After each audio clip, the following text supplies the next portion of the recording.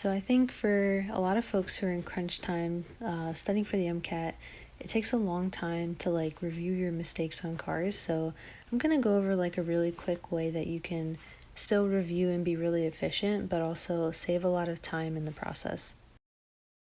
If you have a sheet that you're already using, like a spreadsheet, you can continue to review that way. This is just a simpler way to do it because a lot of students have come to me and said, hey, like, it's really hard for me to review cars without taking like 3 or 4 hours just writing down and filling out the table that I have.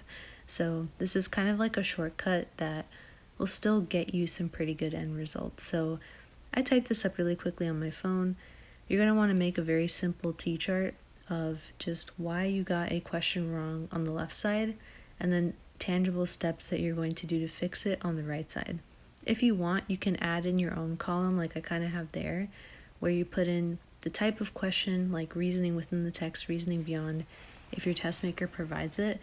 It's also really important to note down like where you got the question from. So if you're like, oh, I'm on AMC QPAC number 1 and I did questions 30 to like 40, definitely still note those down. This is just a quick model for the sake.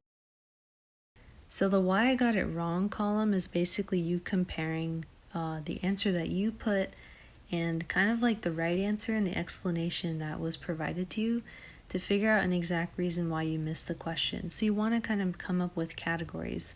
I have a few written like, oh, I forgot to find evidence to justify my answer.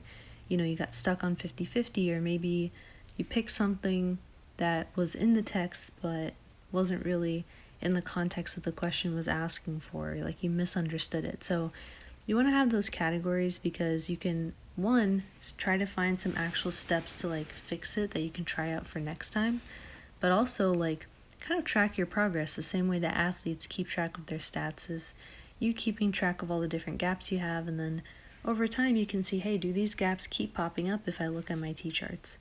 For steps to fix it, you want to write down literally instructions for yourself of, okay, if I'm on a 50-50 situation, this is what I'm going to try out. If I'm stuck between 3 answers and can't eliminate it, this is what I'm going to try out. If I, have an answer and I tend to jump to it instead of trying to like justify with evidence, this is what I'm going to try out. So you want to come up with those steps and review those steps the next day that you do practice and actually implement them. And sometimes when you have new steps that you want to try out and make a habit, you can do it untimed, like for a day or two, or for a few passages to get in the hang of it, and then do it timed and see if those strategies work.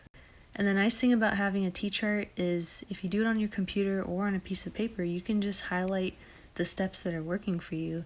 And if there's any problems that persist, like, oh, I'm still stuck on 50-50 and the steps that I tried out didn't work for me, if I tried it out for like 3 days or like 4 days or something, then that's a sign to you like, okay, this is still a gap in my reasoning and I need to figure out some new steps to try to address it.